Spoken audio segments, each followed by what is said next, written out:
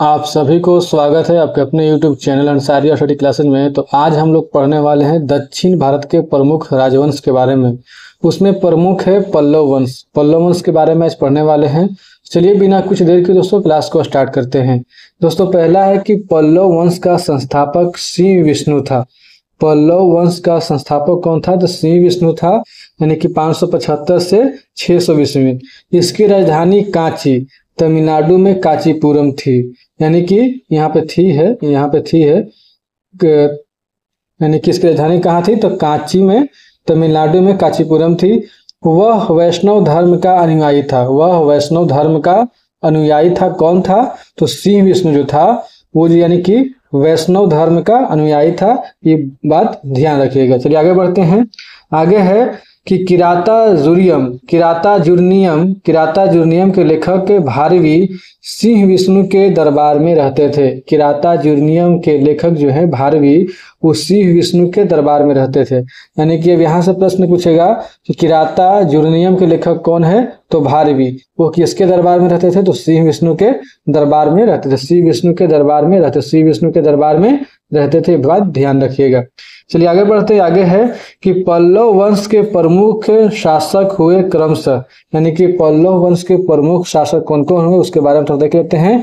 तो हुए महेंद्र वर्मन प्रथम 600 से 630 ईस्वी, नरसिंह वर्मन प्रथम, और उसके बाद हुए महेंद्र वर्मन द्वितीय, उसके बाद हुए परमेश्वर वर्मन प्रथम, उसके बाद हुए नरसिंह वर्मन द्वितीय, उसके बाद हुए नंदी वर्मन द्वितीय। ये कौन सब हुए? ये पल्लव वंश के प्रमुख शासक हुए।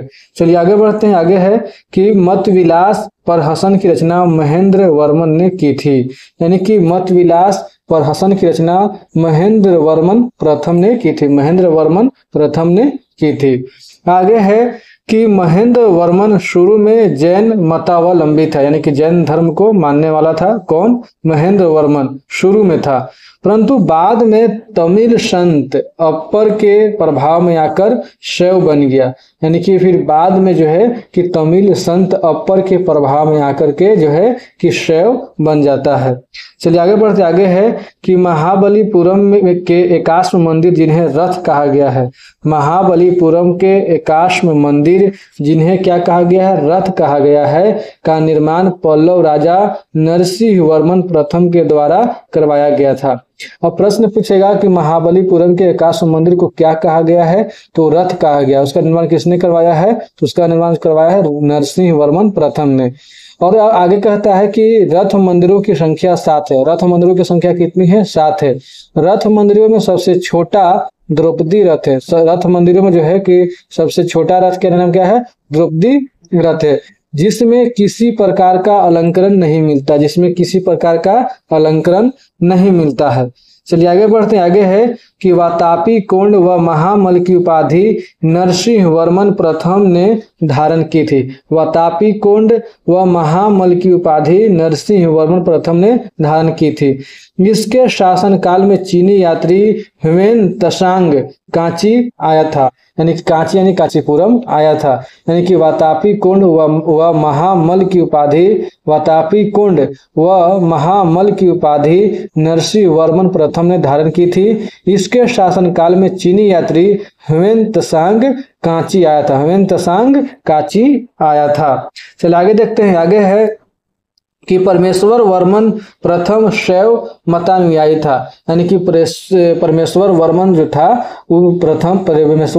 प्रथम जो था वो शैव मतानुयायी था। उसने लोकादित्य, एकमल, रणंजय और अत्यंत काम, उग्रदंड, गुणभाजन आदि को उपाधियां ग्रहण की थी। इसने मामलपुरम में गणेश मंदिर का निर्माण करवाया था। यानी कि परमेश्वर वर्मन प्रथम जो है कि शैव मतानुयायी था। उसने लोकादित्य, एकमल, रणंजय और अत्यंत काम, उग्रदंड, गुणभाजन आदि की उपाधियां ग्रहण की थी। इसने मामल्लपुरम में गणेश मंदिर का निर्माण करवाया था। कौन करवाया था?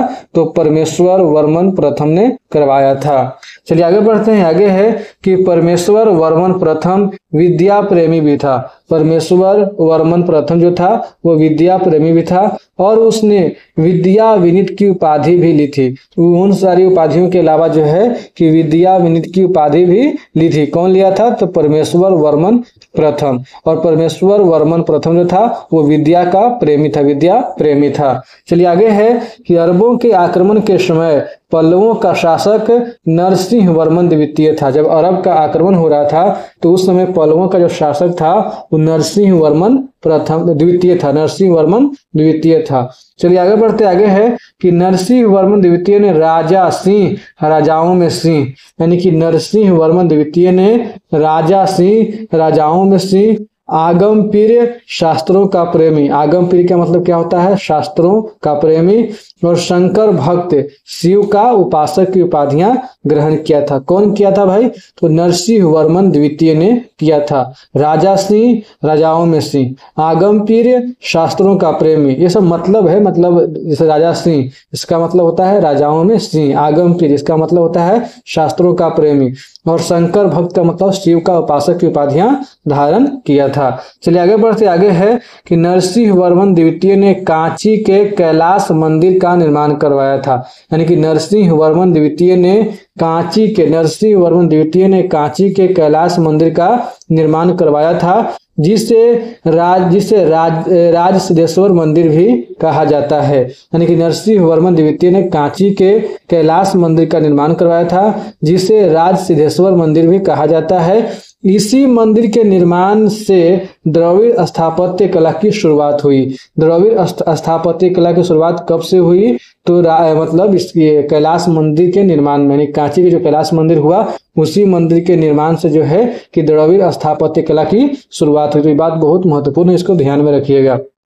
चलिए आगे देखते। आगे है कि महाबलीपुरम में शोर मंदिर का निर्माण भी नरसिंह वर्मन द्वितीय ने किया था। महाबलीपुरम में शोर मंदिर का निर्माण भी नरसिंह वर्मन द्वितीय ने किया था। चलिए आगे है कि कांची के कैलाश नाथ मंदिर में पल्लव राजाओं और रानियों की आमद कद तस्वीरें लगी है।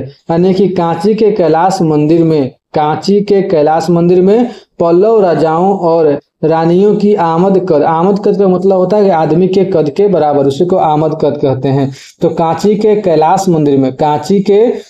मंदिर में पल्लव राजाओं और रानियों की आमद कद तस्वीरें लगी हैं। चलिए आगे देख लेते हैं। आगे है कि 10 कुमार चरित्र के लेखक दंडी नरसिंह वर्मन द्वितीय के दरबार में रहते थे। यानी कि 10 कुमार चरित्र के लेखक कौन है? तो दंडी। ये किसके दरबार में रहते थे? तो नरसिंह वर्मन द्वितीय के दरबार में रहते थे। चलिए आगे बढ़ते। आगे देखते हैं। आगे है कि कांची के मुक्तेश्वर मंदिर तथा बैकुंठ पेरुमाल मंदिर का निर्माण नंदी वर्मन द्वितीय ने कराया था। यानी कि कांची के मुक्तेश्वर मंदिर तथा बैकुंठ पेरुमाल मंदिर का निर्माण जो है कि नंदी वर्मन द्वितीय ने कराया था।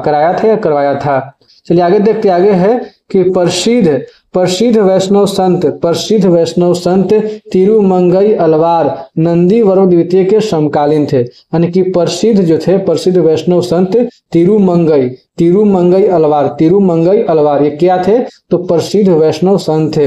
ये नंदी वर्मन द्वितीय के समकालीन थे। यानी कि प्रसिद्ध वैष्णव संत तिरुमंगई अलवार नंदी वर्मन द्वितीय के समकालीन थे। तो ठीक है दोस्तों, उम्मीद करता हूँ कि आप लोगों को मेरा वीडियो पसंद आया होगा। अगर वीडियो पसंद आए तो वीडियो को लाइक कीजिए, दोस्तों के साथ शेयर कीजिए। अगर चैनल पे नए हैं तो चैनल को सब्सक्राइब कीजिए।